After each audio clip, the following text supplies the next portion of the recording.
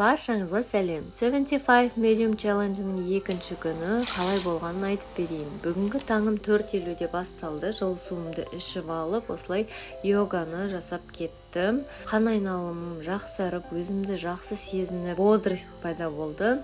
Одан соң арқа жаттығуларын жасап, қиындау болып жүрмаған, арқам ашып, бір түрлі сезімдер болып, бірақ өзімді қыштап жүрмін. Менің денсаулығым, менің арқам маған керек деген секілді. Одан соң отырып шүкіршілігімді жаздым.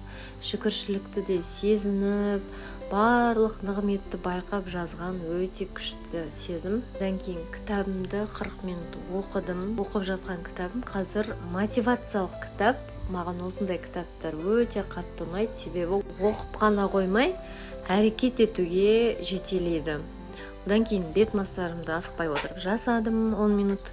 Одан соң витаминдерімді ішіп, таңғы асымды ішіп, өзіме галочкалар қойып, далаға балаларымды алып шықсам, бір уақытта жаңбыр жауып кетті. Сосын кофейняға кіріп, осылай кітабымды оқып отырдым, балапандар ұйықтады. Қанттан бас тартып бастағандықтан кофеде, чайды алмадым, тек осылай өзіммен бірге апарған суымды ішіп отырдым. Баршаңызға рахмет, қолдауларыңызға рахмет. Сіздермен бірге болған арайлым 75 күннің екінші күні осылай әдемі өтті.